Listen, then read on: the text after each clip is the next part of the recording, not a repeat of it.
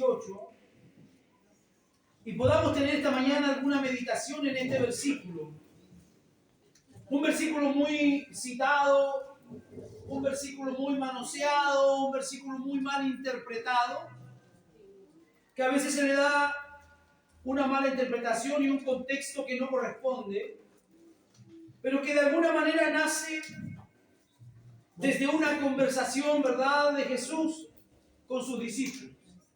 La Biblia dice, cuando nosotros leemos, hermanos, los evangelios, nos vamos a dar cuenta que de alguna manera nos van a mostrar y nos van a graficar la fama, de alguna manera, cómo se corre la voz de la fama y la voz de las obras que Jesús venía realizando entre el pueblo. Siempre Jesús, ¿verdad?, cuando comienza su ministerio, le dice a la gente, vaya y muéstrese al sacerdote, o le dice, vaya y testifique y muéstrese a lo suyo. La idea de Jesús nunca fue, ¿verdad?, de que pudieran ponerse en un lugar alto, público, a declarar y a decir todo lo que él estaba haciendo, pero era inevitable que la gente pudiera comenzar a correr la voz y que de alguna manera, ¿verdad?, el correo de las brujas es inevitable. Cuando algo ocurre, ligerito se transmite, ligerito se comenta, ligerito se da a conocer. Bueno, Jesús no contaba con redes sociales en ese tiempo como nosotros las tenemos hoy día. Hoy día puede estar ocurriendo algo al otro lado del mundo y nosotros lo estamos viendo de manera directa a través de las redes sociales. Pero la fama de Jesús corría de boca en boca y de oído en oído. Así que Jesús en un momento de su ministerio llega y conversa con sus discípulos y le dice, a ver, muchachos, ¿quién les dice la gente que yo soy? Y entonces comienzan a decir algunos, mira, dicen que tú eres Juan el Bautista, eres una nueva versión o eres una encarnación de Juan el Bautista. Estoy parafraseando porque la Biblia no lo dice así. Otros dicen que tú eres una manifestación del profeta Elías. Otros dicen que tú eres un profeta. Pero el Señor le dice, pero ¿quién dicen ustedes que soy? Y entonces, ¿verdad?, nace la confesión de Pedro. Verso 16. Tú eres el Cristo, el Hijo del Dios viviente. Jesús le responde, bienaventurado eres Simón, hijo de Jonás, porque no te lo reveló carne ni sangre, sino mi Padre que está en los cielos. Y yo también te digo que tú eres Pedro, y sobre esta roca edificaré mi iglesia, y las puertas del Hades no prevalecerán contra ella. Cuando nosotros tomamos este texto de aquí, hay muchos que lo han malinterpretado, diciendo que está hablando Jesús de que la iglesia es edificada sobre Pedro, y que Pedro es aquel que de alguna manera tiene y representa el máximo de autoridad, y por eso es que luego, ¿verdad?, viene todo lo que tiene que ver con la corriente papal y todo lo que tiene que ver con la iglesia católica, apostólica y romana. Pero la verdad es que cuando nosotros analizamos a la luz, ¿verdad?, de una buena exégesis el texto, nos damos cuenta que lo que Jesús aquí está diciendo no es que Pedro sea la roca, sino lo que confesó Pedro. La confesión de Pedro es la roca sobre la cual Jesús comenzaría a edificar su iglesia. ¿Y cuál era la confesión? Que Jesús era el Cristo, el Mesías. Ahora, nosotros podemos preguntarnos en esta hora de la tarde ya, ¿pertenecemos a la iglesia que está siendo edificada sobre una roca? ¿Somos miembros de la iglesia verdadera en la cual nuestras almas pueden ser salvas? Estas son preguntas serias y difíciles a veces de responder. Pero de alguna manera nosotros tenemos que ver y analizar a esta iglesia y sus características. Aquí el mismo Jesús declara que sobre la roca, sobre la confesión que hace Pedro, que es una confesión, no es antojadiza ni algo que se le vino a la cabeza, sino que el mismo Jesús lo dice, es una revelación del Padre. No te lo reveló carne ni sangre, sino mi Padre que está en los cielos. Cuando nosotros vamos a este texto, vemos 5 factores o cosas que demuestran y que deben demandar nuestra atención. Primero, que la iglesia es considerada como un edificio. Mi iglesia, dice el Señor. Segundo, habla de un arquitecto. Cristo dice, yo edificaré mi iglesia. Tercero, nos habla de un fundamento. Sobre esta roca yo edificaré mi iglesia. Y también nos habla de un peligro implícito. Un peligro que va a acompañar la edificación de la iglesia. Y ese peligro es que las puertas del Hades van a ser oposición. Y número 5, la seguridad confirmada. ¿Qué es lo que dice Jesús? Aun cuando hayan escaramuzas, aun cuando hayan batalla contra las puertas del Hades, Él dice que no prevalecerán contra la iglesia. Vamos a pasearnos por esos 5 puntos esta mañana, si nos da el tiempo. En primer lugar, tenemos que mirar el texto, y el texto nos habla de un edificio. Jesucristo dice, mi iglesia. La iglesia es de Cristo, ¿cuántos sabían? La iglesia no es de los hombres. Nosotros hablamos y decimos, oh, no, si mi iglesia, no, la iglesia no es nuestra, hermano, la iglesia es del Señor. Nosotros solamente ministramos por misericordia, solamente desarrollamos una labor ministerial dentro de la iglesia, pero el dueño de la iglesia es Cristo. Él la va edificando. ¿Qué es la iglesia entonces? Hay pocas preguntas más importantes que esta. Por no darle la debida importancia, es que han surgido muchos grandes errores en el mundo teológico y doctrinal. La iglesia de nuestro texto no es un edificio material. Ojo, Jesús no está hablando de que edificará su iglesia como una catedral o como una capilla, sino que no está hablando de un edificio material. No es un templo de madera, ni de ladrillo, ni piedra, ni de mármol. Es un conjunto de hombres y mujeres con características especiales. Cuando hablamos de iglesia, estamos hablando de hombres y mujeres que han sido llamados, como dice Pedro, de la tiniebla a la luz admirable del Señor. Cuando hablamos de la iglesia, no estamos hablando de una iglesia particularmente visible. No podríamos hablar de la iglesia oriental, ni de la iglesia occidental, ni de la iglesia anglicana, ni de la iglesia escocesa, ni de la iglesia presbiteriana, ni de la iglesia bautista. Estamos hablando de la iglesia universal. Dios está edificando su iglesia a lo largo y ancho de todo este planeta y de todo este mundo. Ahora mismo, mientras nosotros estamos aquí, en otro lado del mundo hay hermanos que también están alabando al Señor. Ahora mismo hay muchas congregaciones que están alabando al Señor. Así que la iglesia de nuestro texto está conformada por todos los verdaderos creyentes en el Señor Jesucristo.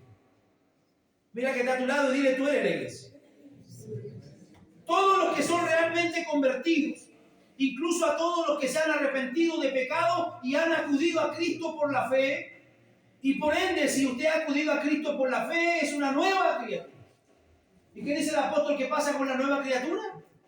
Las cosas viejas pasaron y todas son hechas nuevas. ¿Cuántos dan gracias al Señor por eso? Amén. Todos los que han sido lavados en la sangre de Cristo y todos los que se han vestido de la justicia, todos los que se han nacido de nuevo y han sido santificados por Cristo, forman parte de esta iglesia. Tal clase de personas, hermanos, de toda raza, de todo rango, de toda nación, de todo pueblo, lengua y tribu, dice la Escritura, es la iglesia que Cristo está edificando. Es el cuerpo que Cristo en este tiempo está edificando. Este es el rebaño de Cristo, es la novia, es la esposa del Cordero, es la Santa Iglesia Universal, de la cual habla muy claramente el credo de los apóstoles y también el credo niceno. Es la iglesia que se edifica sobre la roca. No todos los miembros de esta iglesia adoran al Señor de la misma manera, ni se rigen, ¿verdad?, por las mismas normas ni los mismos sistemas de gobierno, pero eso no quita que son la iglesia de Cristo que está siendo edificada. ¿Y por qué digo esto? Porque a veces nosotros tendemos a ser un poco dogmáticos y a ser un poco sectaristas en esta parte.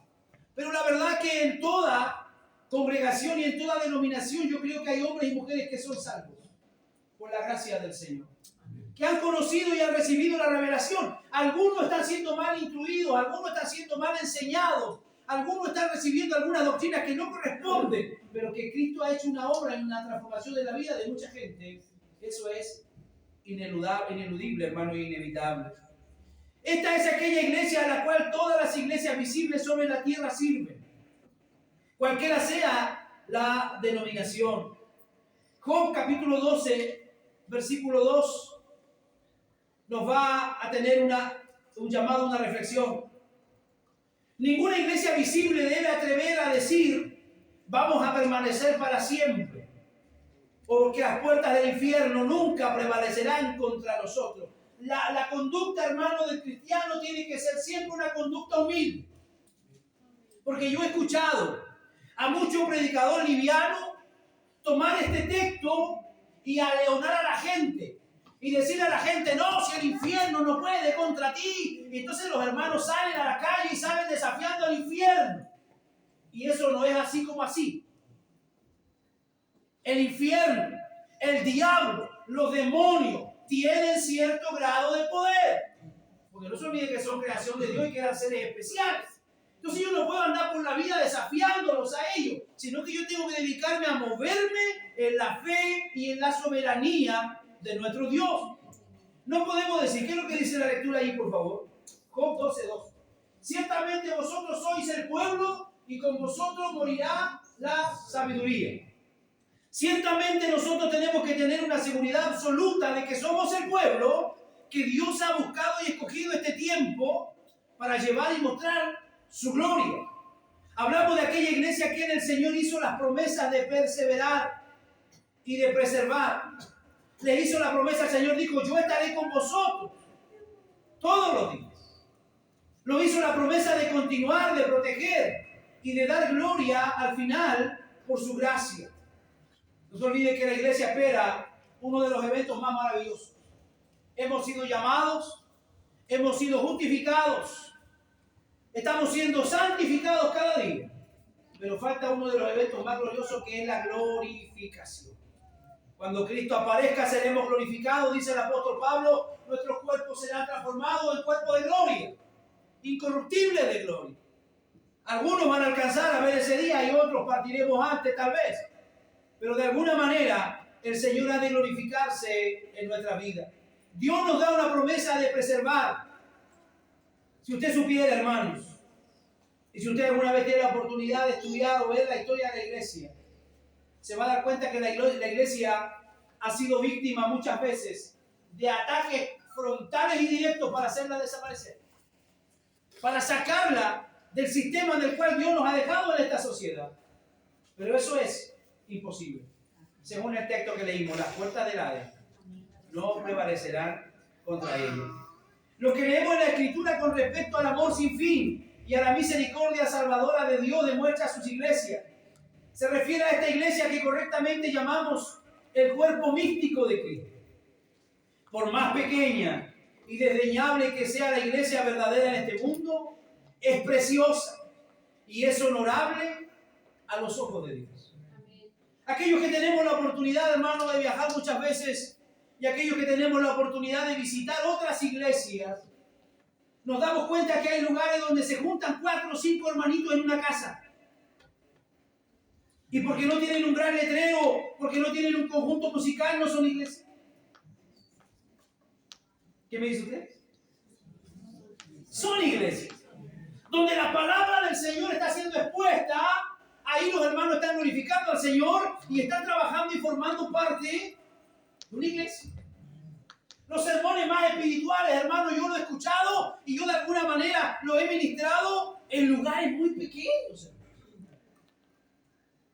Si hay algo que Dios me enseñó y si hay algo que Dios puso en mi corazón cuando Dios me llamó al ministerio, teniendo 19 años de edad, Dios me habló de alguna manera, me llamó al ministerio, me dio esta honra y yo he tenido la oportunidad de estar en lugares muy elegantes ministrando la palabra.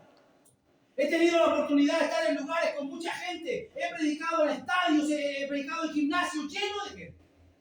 He predicado en las cárceles, en los patios de las cárceles. He predicado en lugares, me recuerdo una oportunidad, en un lugar cerca de Puerto Montt, hermano, donde habían 5 personas en una casa. Y era piso de tierra. Piso de tierra. Ahí doblaba mi rodilla en piso de tierra. ¿Por qué? Porque de alguna manera, donde quiera que la gente esté buscando a Dios, allí está la iglesia presente. No solo en los grandes altares, no solo en los grandes púlpitos, hermano. Tenemos que aprender que en todo lugar donde Dios de alguna manera se está glorificando por su palabra, la iglesia allí está siendo edificada. Así que bendigo al Señor por aquellos hermanos que de alguna manera están levantando obras en diferentes lugares donde no es fácil, donde a veces es difícil, donde a veces hay que sufrir, hermano, a veces hay que cargar la cruz y hay que cargar con muchas cosas para llevar adelante la obra del Señor. De alguna manera, la iglesia es importante porque es honorable a los ojos de Dios. Por eso es que cuando yo hablo mal de la iglesia, estoy a veces siendo irrespetuoso, porque la iglesia es la novia. La iglesia es la esposa de Cristo, hermano. Y hoy tenemos a mucha gente hablando mal de la iglesia y eso es irreverente, eso es irrespetuoso. Cuando usted habla mal de la iglesia, está hablando mal de la esposa y la novia de Cristo. Y eso Cristo no lo va a dejar así como así. Por más pequeña y desdeñable que sea la iglesia en este mundo, es preciosa. Dígale que está a su lado, eres precioso. O eres preciosa, porque tú eres la iglesia. No estamos hablando de edificio. Eres honorable ante los ojos de Dios. El templo de Salomón con toda su gloria era poca cosa y despreciable en comparación con la iglesia que se edifica sobre una roca. Confío, hermano, en que lo que se puede transmitir esta mañana nos fortalezca y nos dé solidez. Asegúrese usted de que está en una iglesia donde se le enseña la buena doctrina. Un concepto equivocado puede llevar a errores peligrosos que van a arruinar el alma.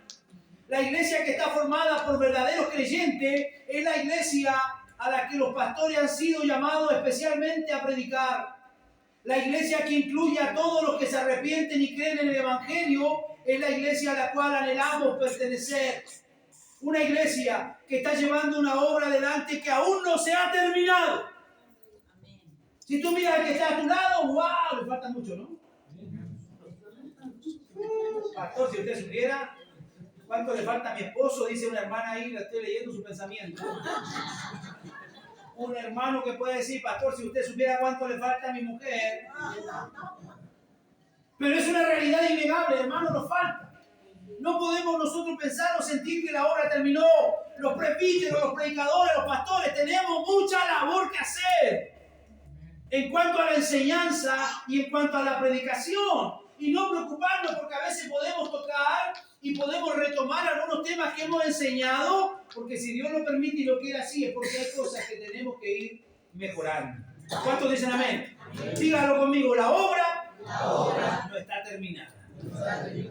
Y eso no es una excusa para que usted siga pecando, ojo con eso. Sino que es un llamado a atención para aquellos que creen en el perfeccionismo. Hay gente que cree en el perfeccionismo y cree que porque nos ve venir simpático a la iglesia, nosotros ya somos santos y perfectos. ¿No es así? Tenemos tantos errores, hermano, como lo tiene cualquier persona allá afuera. Tenemos tantas tentaciones como las tiene la sociedad allá afuera. La única diferencia es que tenemos a Cristo moviéndose en nuestro corazón. La obra no está terminada hasta que el corazón de los pastores esté convencido de que usted es una nueva criatura y miembro de la única iglesia verdadera. Fuera de la iglesia edificada sobre la roca no puede haber salvación. No hay salvación fuera de la palabra del Señor, y la palabra del Señor es la que nos va a traer a nosotros al arrepentimiento cada día. Una bendición, un privilegio. Ayer hablábamos con los jóvenes donde estuvimos ese pequeño retiro, hermano, que estuvimos ayer en la playa, donde fuimos muy bendecidos. Estuvimos prácticamente 3 o 4 horas ahí, se hizo muy corto. Pero estuvimos y fuimos grandemente bendecidos a poder escuchar a cada uno de los jóvenes. Oír su relato, oír cómo de ellos nace una necesidad o hay un pensamiento teológico. Un pensamiento doctrinal, un pensamiento bíblico, hermano. Eso a nosotros nos edifica y eso a nosotros nos anima a seguir trabajando porque vemos que no estamos perdiendo el tiempo, sino que hay una generación que viene a realizar la obra que nosotros vamos a dejar pendiente. Cristo es el arquitecto de su iglesia. Nuestro texto contiene no solo un edificio, sino también un arquitecto. El Señor Jesucristo declara y dice, edificaré mi iglesia. La iglesia verdadera de Cristo es cuidada tiernamente por las 3 personas de la Santísima Trinidad. Hemos estudiado muchas veces aquí, más de alguna vez hemos enseñado acerca, ¿verdad?, de los pactos. El pacto de redención, cómo de alguna manera la Santísima Trinidad ejecuta aquel pacto y aquella obra. El Padre decide y designa a muchos hombres y mujeres para la salvación. Jesucristo viene a hacer la ofrenda por esa salvación. Y el Espíritu Santo hasta el día de hoy está llamando y trayendo a la gente a la cual Dios le ha regalado esa salvación. Es indudable que Dios el Padre es el que escoge. Dios el Hijo es el que redime. Dios el Espíritu Santo es el que santifica a cada miembro del cuerpo de Cristo. Dios el Padre, Dios el Hijo y Dios el Espíritu Santo colaboran para efectuar la redención de cada alma salvada. Y esta es una verdad que nunca debe ser olvidada. Pero por otro lado hay un sentido especial en que el Señor está encargado de ayudar a la iglesia. Él es especial y preeminente, el Redentor y Salvador de la iglesia. Por eso es que lo encontramos diciendo en este texto: edificaré mi iglesia. Vaya por favor a Romanos 1:6. Es Cristo quien llama a los miembros de la iglesia en el tiempo preciso. Dios aparece en nuestro camino en el momento preciso. Dice por ahí una canción de un escritor cristiano: Dios nunca llega tarde, ni antes de tiempo. Dios siempre llega a tiempo. ¿Qué es lo que dice Romanos 1:6? En los cuales estabais también vosotros llamados a ser de Jesucristo. Es Cristo quien le da vida a su iglesia. Así también el Hijo a los que quiere dar vida. Juan 5:21. Apague el micrófono, por favor. Juan 5:21. Déjala que camine, no va a dejar. Juan 5:21. Porque como el Padre levanta a los muertos y les da vida, ¿qué dice? Así también el Hijo a los que quiere da vida. Wow, yo quisiera que mi abuelito, mi tío, mi primo, mi sobrino y todos fueran salvos. Eso yo quisiera como predicador y pastor. Pero ¿quién es el que da la salvación a la iglesia? Cristo. Así también el Hijo a los que quiere les da vida. Levanten las dos manos todos aquellos que han recibido vida por Cristo aquí. ¿A usted le gustaría que su entorno reciba vida? Oremos por ellos. Oremos, prediquémosle la palabra del Señor. Pero depende absolutamente de Cristo. Es Cristo quien nos limpia de sus pecados. Apocalipsis 1:5.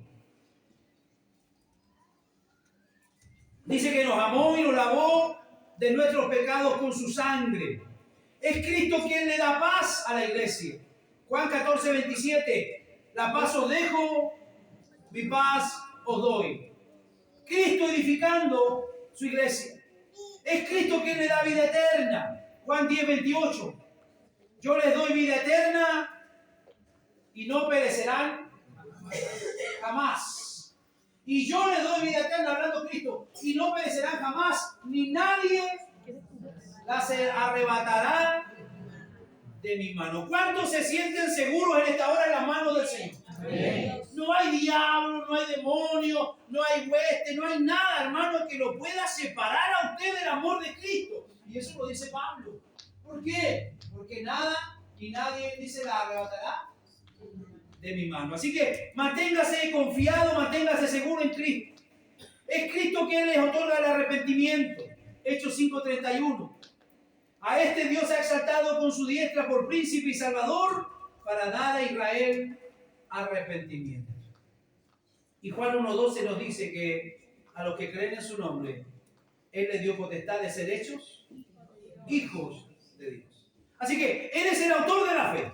Él es la vida, Él es la cabeza. De Él se nutre cada coyuntura y cada miembro del cuerpo místico formado por cristianos. Cada coyuntura, hermano, del cuerpo de Cristo va nutriendo y va llevando adelante la obra y la labor que Cristo realiza. Por eso es inconcebible que alguien que se llame cristiano no sienta la necesidad de participar con sus hermanos en la congregación. No se puede concebir que alguien que dice llamarse cristiano no sienta la necesidad de congregarse, de ser edificado, de cantar y de orar junto a todos sus hermanos, que a veces están sufriendo más que nosotros mismos. Es poderoso agente por medio de quien el Señor realiza esta obra, es con los miembros de su iglesia. El Espíritu Santo. Él es quien constantemente renueva nuestras vidas. ¿Cuántos sabían eso? Es el Espíritu Santo el que nos está renovando cada día. Cuando venimos y nos congregamos, cantamos junto al Señor. El Señor viene y nos renueva a través de una alabanza. El Señor viene y nos fortalece a través de una oración o a través de su palabra. Por eso es que es importante entender que Jesucristo es el que edifica su iglesia. El Espíritu Santo es el que le da vida a las almas. Pero Cristo es el gran arquitecto. Cristo es el supervisor, por decir, aquel que está guiando y dirigiendo todo lo que se realiza. 1 Corintios 3:6 dice, Pablo habla ahí de que él plantó y Apolo regó. Pero ¿quién da el crecimiento? Dios. Yo planté, Apolo regó, pero el crecimiento lo ha dado Dios. Hermanos, nosotros podemos quedar sin garganta en este lugar predicando y enseñando, pero ¿quién da el crecimiento? Es Dios. Los pastores pueden predicar, los escritores pueden escribir, pero solo el Señor Jesucristo es el que edifica, y a menos que Él lo haga, la obra difícilmente avanzará. Si no es Él quien está edificando, difícilmente, hermano, la obra va a avanzar. Porque la condescendencia y la misericordia que Cristo exhibe es grande. Con frecuencia escoge las rocas más insólitas y ásperas y las acomoda en una obra excelente. El apóstol Pedro dice que cada uno de nosotros vamos siendo edificados como una casa espiritual. Y cada uno de nosotros forma parte de esta edificación. Y ahí podemos nosotros imaginarnos como una gran edificación. Y cada uno de nosotros siendo puesto como una piedra en esa edificación. Dios no siempre busca las mejores piedras. Dios no siempre busca las piedras más bonitas. Sino que Pablo dice que Dios escoge de lo más vil y de lo más menospreciado. A mí me encantaría pastorear una iglesia con pura gente profesional. Me encantaría tener el domingo para orar en la mañana puros doctores, abogados, ingenieros, arquitectos. Me encantaría. Pero esa no es la voluntad de Dios, esa no es la obra de Dios. Dios realiza su obra con gente simple. Dios realiza su obra con gente humilde, con gente que a veces, hermano, es hasta analfabeta. Y que si esa persona no te dice que no sabe leer, tú nunca te hubieras dado cuenta. ¿Por qué? Porque puede predicar, porque puede hablar de la palabra del Señor. Esa es la iglesia. David, un hombre llamado, ungido por Dios para ser rey. ¿Sabe quiénes formaban parte del ejército de David? A ver la historia de la Biblia, ¿qué dice? ¿Cómo era? ¿Quiénes eran el ejército de David? Endeudados. ¿Quiénes más eran? Los afligidos. No era lo mejor de lo mejor. No era una guardia pretoriana. David se rodeó de gente común que al final lo llevó y lo respaldó en el llamado que Dios le había hecho, como era llegar a ser el rey de Israel. Así que cada uno de nosotros, hermanos, siéntase agradecido porque Dios nos llamó a esta obra. Dios nos llamó a la expansión de su reino. Dios nos llamó a formar parte de la iglesia, no porque usted sea preparado, no porque usted sea fulano de tal, sino solamente por su pura gracia, por su pura misericordia.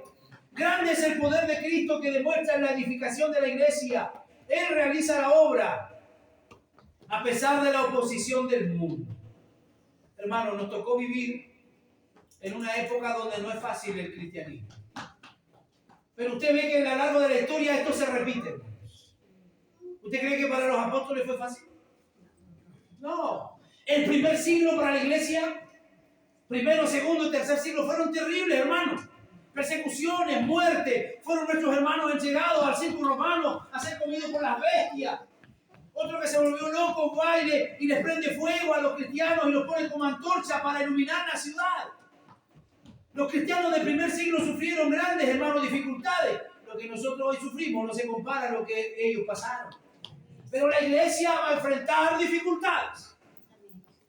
Eso, hermano, es algo que podemos nosotros, no podemos hacer lo que sea negarlo. Isaías 43:13. Hay una declaración profética ahí que se está refiriendo a la soberanía de Dios. Lo que yo hago, dice,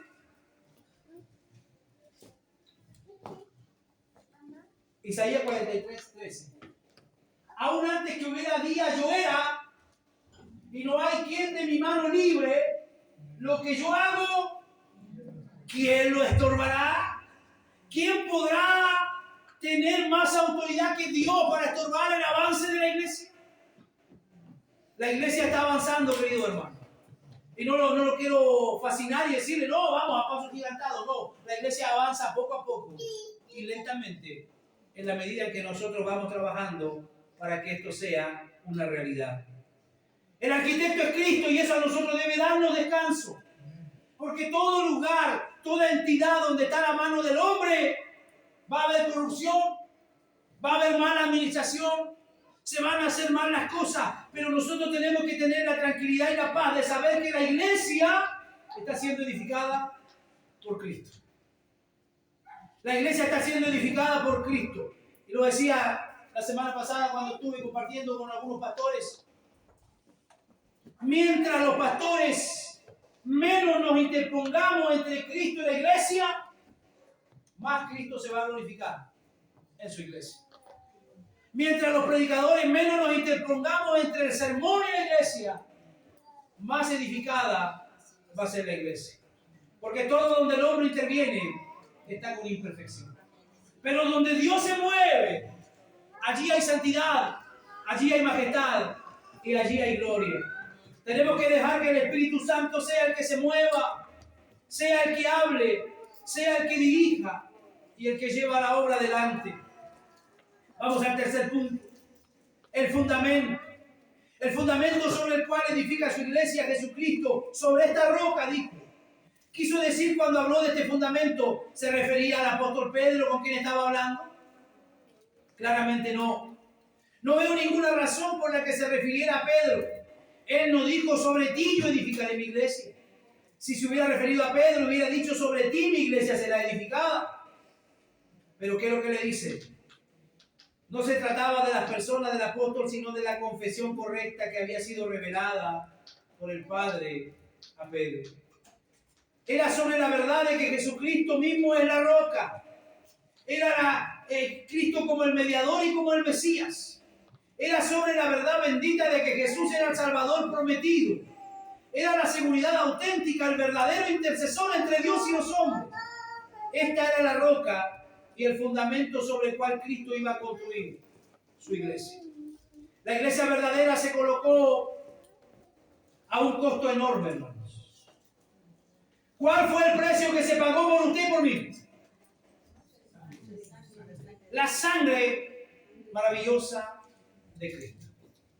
Hoy día, hermano, cuando los intermediarios agarran y venden a un futbolista y dicen, mire, lo compraron, lo contrataron por tantos millones de dólares, uno dice, wow, tanto se pagó por ese tipo. Yo no sé que en este momento es el más caro del fútbol mundial, pero se paga mucho dinero por ello. Pero eso no se compara con lo que se pagó por usted. Por usted se pagó el precio más alto que puede existir, la sangre preciosa de Cristo, de un cordero sin manchas.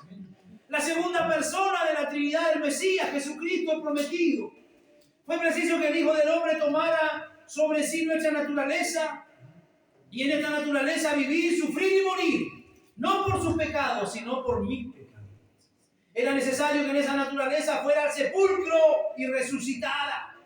Era necesario que la naturaleza de Cristo ascendiera al cielo para sentarse a la diestra de Dios, habiendo obtenido redención eterna para todo su pueblo. Ningún otro fundamento podría haber satisfecho las necesidades de los pecadores perdidos, culpables, corruptos o débiles, indefensos. Y por eso que la Biblia dice, no hay otro nombre bajo el cielo dado a los hombres en quien podamos ser salvos. No hay otro nombre, hermano, no hay otro intermediario, no hay otra manera de llegar al Padre sino solo a través de Cristo. Primera de Pedro 2:5. Este fundamento, una vez colocado, es fuerte. Puede aguantar el peso de los pecados de todo el mundo. Ha cargado con el peso de todos los pecados, todas las piedras vivas que se han ido sobreedificando en el fundamento. Primera de Pedro 2:5. Vosotros también, refiriéndose a nosotros, como piedras vivas, ser edificados como una casa espiritual y como un sacerdocio santo para ofrecer sacrificios espirituales aceptables a Dios por medio de Jesucristo. El oficio mediador de Cristo es el remedio suficiente para los pecados del mundo. Cada miembro de la iglesia verdadera está fijado a este fundamento. Los creyentes no están unidos y no concuerdan en muchas cosas, pero aún en cuanto al fundamento de su alma todos coinciden. Mire, podemos discutir con los bautistas, podemos discutir con los anglicanos, podemos discutir con otros presbiterianos, podemos discutir con pentecostales, podemos discutir con muchas denominaciones y muchas ideologías, pero lo que no podemos discutir es que cada uno de ellos profesa que el fundamento de su fe es Cristo. El fundamento de su fe y de su alma es Cristo.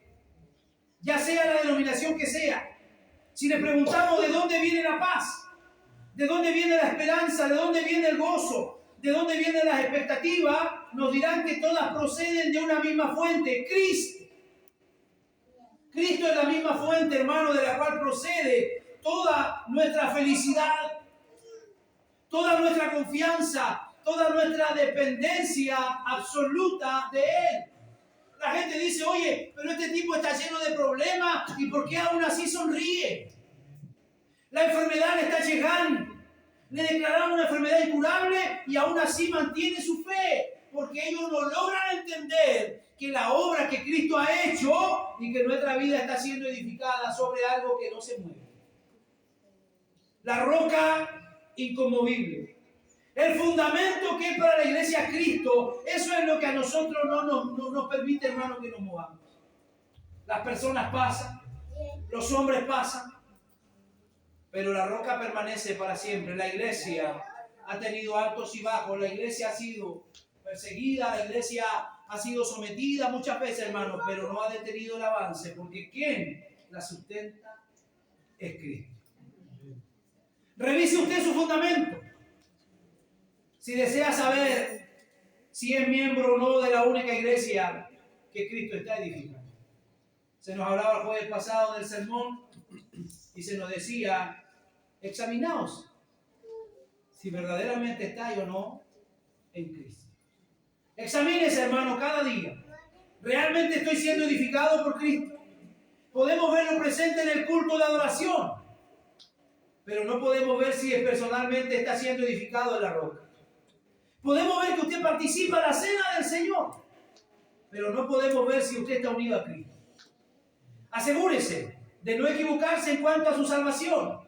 Cerciórese de que su alma está cimentada sobre la roca y no sobre una denominación y no sobre la religión, sino sobre la roca que es Cristo el Señor. ¿Y por qué, hermanos? Porque el peligro es latente. Dígale que está a su lado, hay peligro. Hay peligro. El mismo Evangelio dice que desde los días de Juan el Bautista hasta hoy el reino sufre violencia. Si a usted le dijeron, hermano, vengas a la iglesia, acérquese acá que todo le va a ir bien, en mentira. El reino sufre violencia, y ayer hablábamos con los jóvenes ahí en el retiro, y lo que dice el apóstol Pablo, si alguno quiere vivir piadosamente, va a padecer persecución. O sea, si usted se quiere portar bien, si usted quiere hacer las cosas en orden, si usted quiere servir al Señor, usted quiere ordenar su familia, su matrimonio, entonces va a tener que enfrentar a veces algunas dificultades. El peligro implícito para la iglesia, la cual se refiere en nuestro texto, menciona las puertas del Hades. Por esta expresión entendemos que se refiere a toda oposición espiritual que va contra la manifestación del Señor. Veamos qué es lo que nos dice Salmo capítulo 9, verso 13. Salmo 9, 13.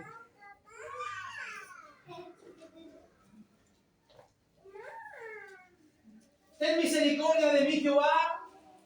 Mira mi aflicción que padezco a causa de los que me aborrecen. Tú que me levantas de las puertas de la muerte. ¿Cuántos de ustedes saben que allá afuera hay mucha gente que a veces nos aborrece? No podemos caerle bien a todo el mundo. Hay gente que disfrutaría con vernos caer. Hay gente que disfrutaría con ver cómo de alguna manera cometemos errores y pecamos y fallamos. Pero aquí el salmista está pidiéndole al Señor que el Señor le guarde y que el Señor le libre. El Salmo 107, verso 18.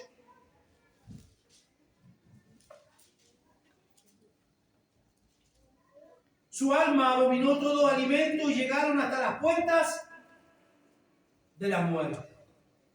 Isaías 38, 10.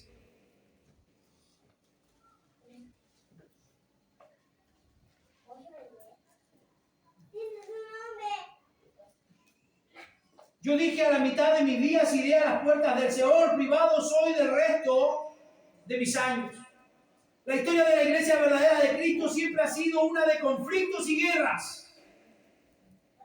Si usted me dice: pastor, yo soy una persona que solamente vive de paz y disfruta paz, entonces a lo mejor está en el camino equivocado. Porque los que tratamos de servir al Señor, todos los días tenemos tentaciones. ¿O no? A mí no me pasa. A todo, hermano. Desde que nos levantamos en la mañana hasta que nos vamos a la cama en la noche, estamos enfrentando a diario nuestros problemas. Enfrentando a diario nuestras tentaciones. ¿Cómo me comporto? ¿Cómo contesto? ¿Cómo hago esto? ¿Cómo hago lo otro? Muchas decisiones en el día que de alguna manera nos hablan de nuestros conflictos. Y como dice un hermano por ahí, ¿verdad? A veces manifiestan nuestras conductas. Todos los días. Conflictos y guerras. La iglesia ha sido atacada constantemente por el enemigo mortal y príncipe de este mundo. El diablo detesta a la iglesia de Cristo con un aborrecimiento que no le da descanso. El libro de Proverbios dice que los demonios pierden el sueño si no han hecho caer a uno. Pierden el sueño. Nosotros nos vamos a la cama y no caemos, pero sí. Algunos tienen esa particularidad de poner la cabeza en la almohada y empiezan a roncar. ¿Y por qué? Porque el salmista dice: en paz me acostaré. ¿Cuántas noches se acostaron en paz? ¿Cuántas noches no discutieron con su esposo ni su esposa? ¿Se fue usted en paz a la cama? El salmista dice: en paz me acostaré y asimismo dormiré, porque solo tú, Jehová, me haces vivir. Pero sepa que mientras nosotros descansamos confiadamente, el reino de las tinieblas está trabajando, está programando, está articulando cómo afectar nuestro caminar el día de mañana. Siempre está provocando oposición contra los miembros de la iglesia. Continuamente incita a los hijos de este mundo a hacer su voluntad y a perjudicar y acosar al pueblo de Dios. Acosar al pueblo de Dios. Poner oposición al pueblo de Dios y a lo que se realiza. Si no puede ir a la cabeza, puede ir al calcañar. Si no puede robarles el cielo a los creyentes, le va a dificultar el camino. El diablo sabe que no nos va a poder robar y arrebatar el cielo porque esa es una promesa para nosotros. Pero mientras que lleguemos al cielo, Él nos va a molestar en el camino. La lucha contra los poderes del infierno ha sido experiencia de todo el cuerpo de Cristo desde hace 6.000 años atrás. Siempre ha sido una salsa ardiente que no se consume, una mujer que huye al desierto pero que no es devorada. Las iglesias visibles tienen sus tiempos de prosperidad y temporadas de paz, pero la iglesia verdadera nunca ha existido una época de paz. Sus conflictos son perpetuos, sus luchas nunca terminan. Y cuando hablamos de la iglesia estamos hablando de nosotros. Nuestras luchas internas nunca terminan, hermano. Cuando estemos metidos en el cajón, ahí vamos a descansar. Pero vamos a tener todos los días problemas con nuestros pensamientos, con nuestra conducta, con nuestras actitudes. La lucha con los poderes del infierno es la experiencia que cada miembro debe tener. Cada uno tiene que luchar. ¿Qué son las vidas de todos los santos si no son grandes batallas? Si yo le diera el micrófono a cada uno de ustedes, ustedes contarían muchas historias. Y usted contaría muchas batallas de las cuales el Señor lo ha sacado airoso. Muchas batallas de las cuales el Señor le ha dado la victoria, aunque ha tenido que sufrir, aunque ha tenido que padecer. Hermano, esto va a continuar, la batalla va a continuar. Que fueron hombres como Pablo. Pablo dice ahí en su carta, ¿verdad? Tantas veces fui náufrago, tantas veces me golpearon, tantas veces me encarcelaron. O sea, es lo que habla el currículum de Pablo. Santiago, Pedro, Juan, Policarpo, Crisóstomo, Agustín, Lutero, Calvino, Baxter, soldados de Dios, que lucharon, hermano, con su propia pecaminosidad. Los que predicamos el Evangelio podemos ofrecer preciosas y grandísimas promesas a todos los que vienen a Cristo.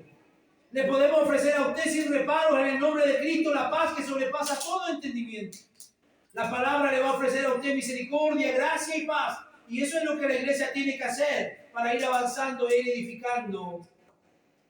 No se sorprenda por la enemistad de las puertas del infierno. No se sorprenda cuando viene el obstáculo. Cuando le dicen a usted, hoy ahora que va a la iglesia, te cambiaron, te lavaron el cerebro, le dicen a usted. No es verdad que a la iglesia no le lavan el cerebro a nadie, sino que uno ve la vida de una forma diferente. Ya no hace lo que antes hacía, el que robaba ya no roba más, el que se emborrachaba ya no se emborracha, ¿verdad? El que era violento ya no es violento, y no es que la iglesia haga nada, sino que Dios es el que obra y actúa a través del Espíritu Santo. ¿Qué dice Juan 15, 19? Ahí está la respuesta a lo que yo le estoy diciendo. Juan 15, 19. Si fuerais del mundo, el mundo amaría lo suyo, pero porque no soy del mundo, antes yo os elegí del mundo, por eso el mundo, por eso estos canutos tal por cual, dice la gente. Nos aborrece. Porque no somos, aun cuando estamos en este mundo, no somos parte de las prácticas de este mundo. Esté preparado para la enemistad, hermano. Póngase la armadura de Dios, lo dice Efesios, para poder soportar, hermano, los días malos. Porque las armas de nuestra milicia son espirituales, no son carnales. Tenga paciencia en todo momento. No se desanime. Dígale que está a su lado, no te desanimes.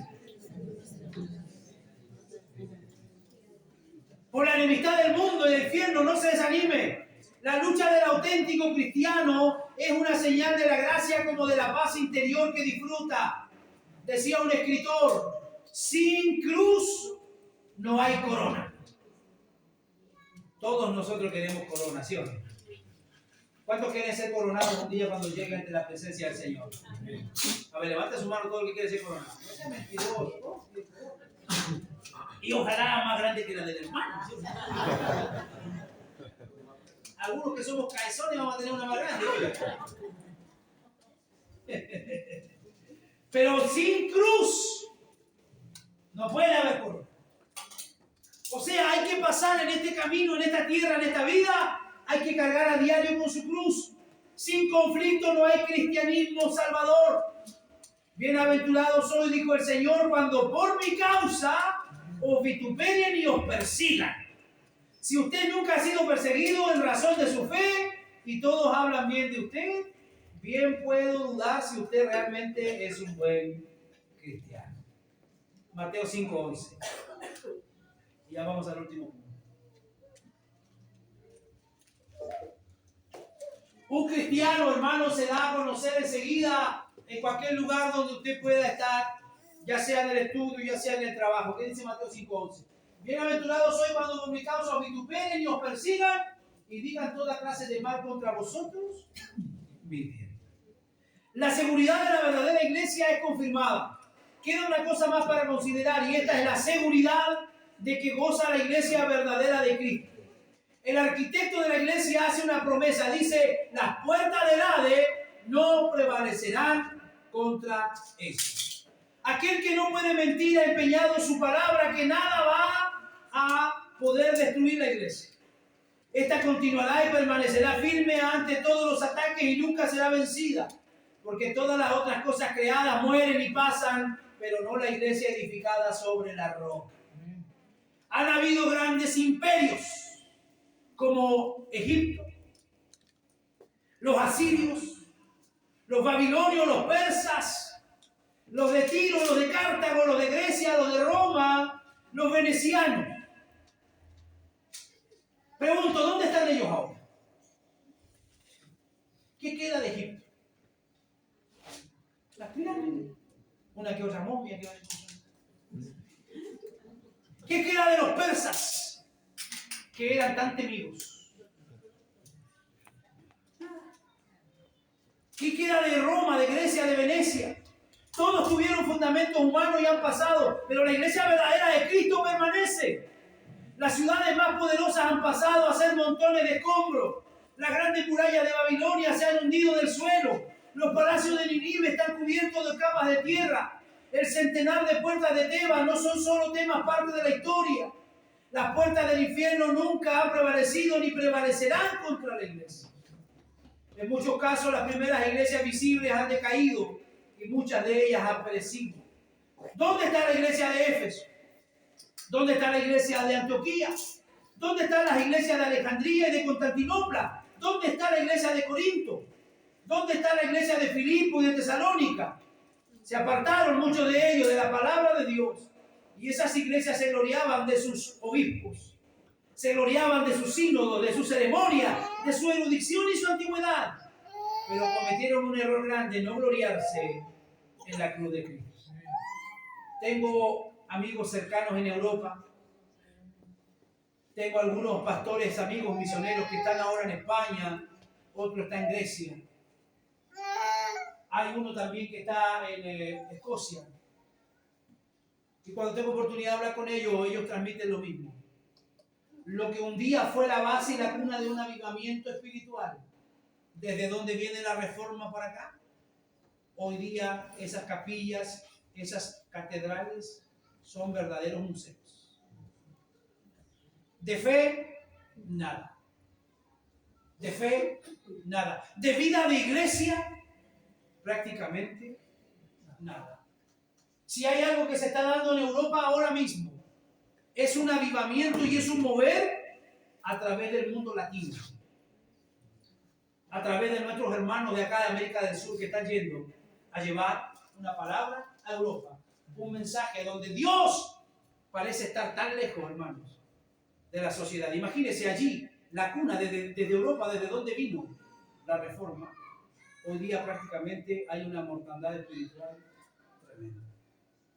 Ojalá algún día usted tenga la oportunidad de estar por esos lugares y llevar la palabra del Señor. La iglesia ha sido oprimida. Simple y sencillamente ha tenido que moverse. La iglesia del primer siglo, el Señor le dijo, vayan y prediquen el evangelio a toda la criatura. Pero ellos van y se quedaron allí mismo donde ellos se sentían cómodos en Jerusalén. ¿Qué es lo que hizo el Señor? Permitió la persecución y los movió absolutamente de un lugar a otro. ¿Cuántos de ustedes están dispuestos a hacer la obra del Señor? ¿Cuántos de ustedes están dispuestos a moverse en la voluntad del Señor? ¿Alguno de ustedes está dispuesto aquí si nos mandamos a predicar a Europa? ¿Está dispuesto a ir allá?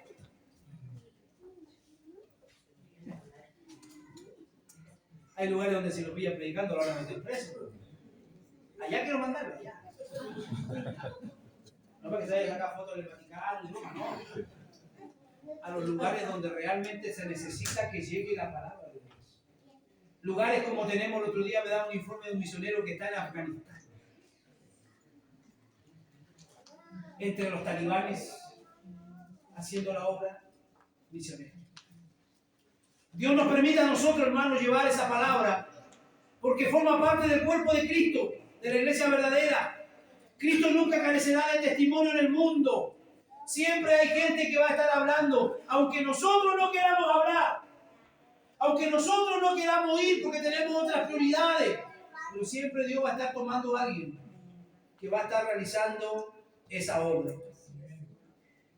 El diablo puede encarcelar a los miembros de la iglesia, puede matarlos, puede quemarlos en la hoguera, puede torturarlos, puede lincharlos, pero después de matar el cuerpo nada más puede hacer. No puede tocar el alma. No puede de alguna manera tocar el alma. Años atrás, cuando las tropas francesas tomaron Roma, encontraron en las paredes de una celda en la cárcel de la Inquisición las palabras que un preso escribió. No sabemos bien quién era ese preso, pero sus palabras merecen ser recordadas, porque aunque ya está muerto, todavía sus palabras hablan.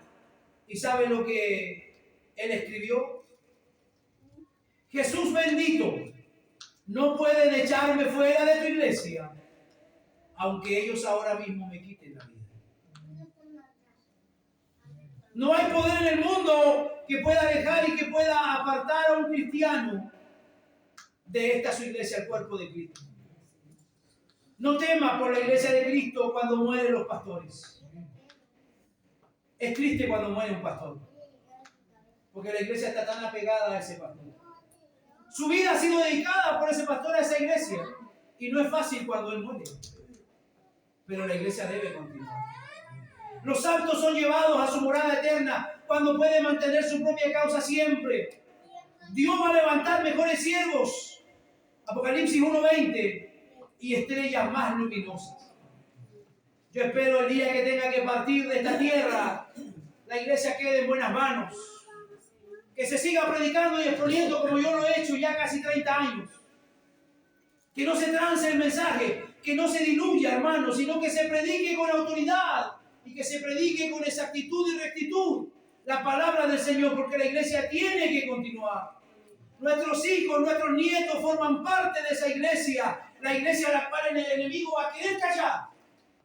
Pero el Señor dijo, las puertas del Hades no prevalecerán contra ella. Quiero que cierre sus ojos, por favor.